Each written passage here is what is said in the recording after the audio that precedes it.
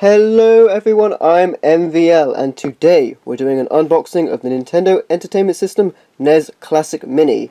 Now, this is a great way to play your NES games on a modern television as it will be 720 HDMI, which is great.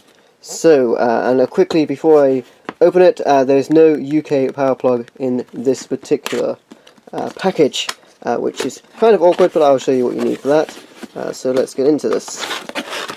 It's a quite lovely box. It's very tiny, which is kind of cool. There you go. Here is your user manual.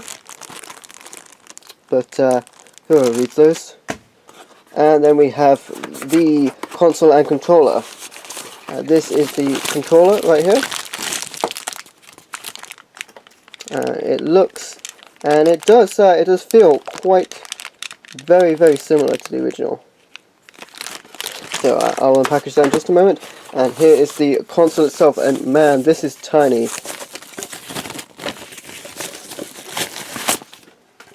Look at that. There you go, HDMI. There's your HDMI out, your power supply, which is USB.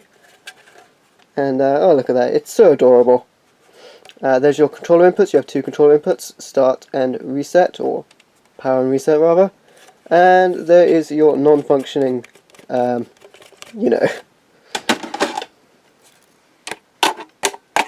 can't get it in. Nah.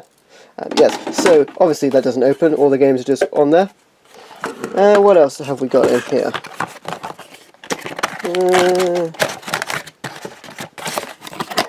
There.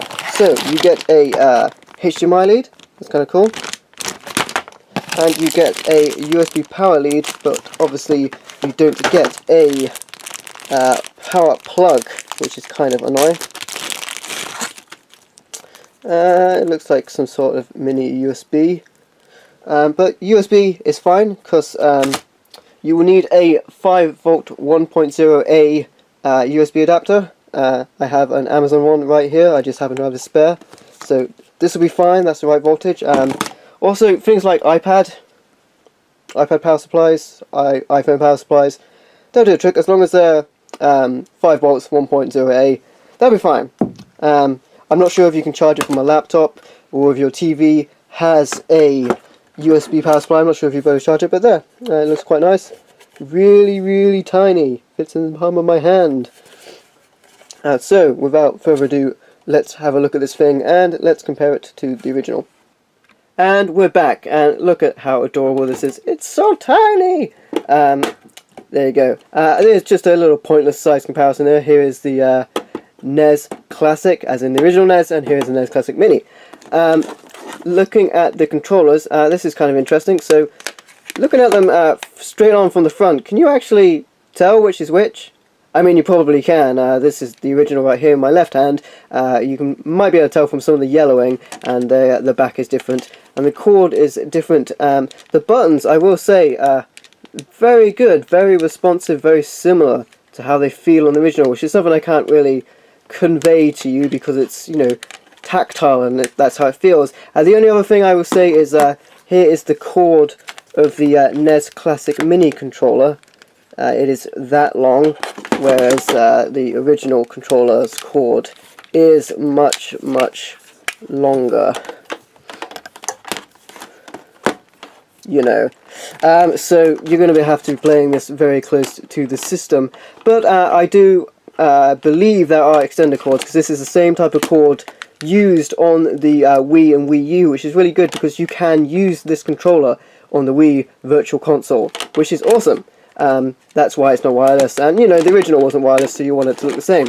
So I'm going to plug this thing in now and show you some gameplay footage and some comparable gameplay footage from the original.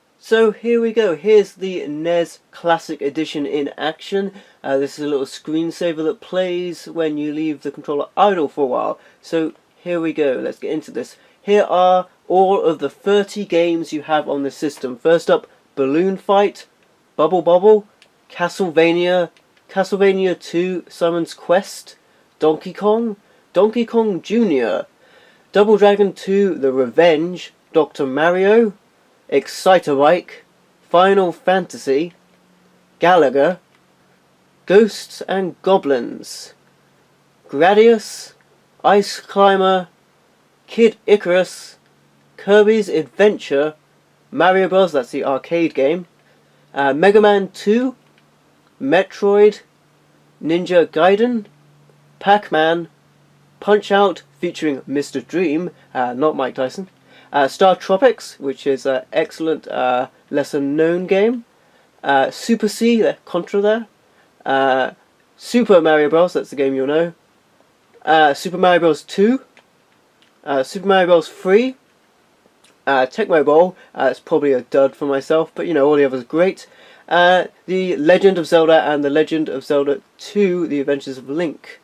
And there you go, there's all the games. So it's great. We got Super C, which is a great, you know, it's not so bad for me because I already have Contra, but it would have been nice to have the original Contra in there. I mean, there's lots of games they could have had in there, but let me just show you some gameplay footage quickly, and I'm going to show you Super Mario Bros. And I will show you it in comparison to the original.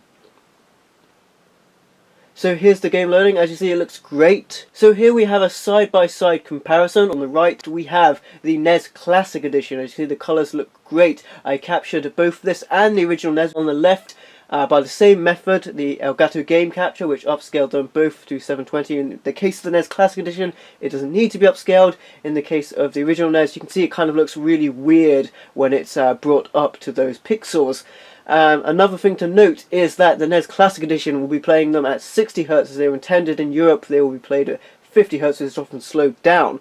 So as you see, there's a significant quality difference. It really is a great little system.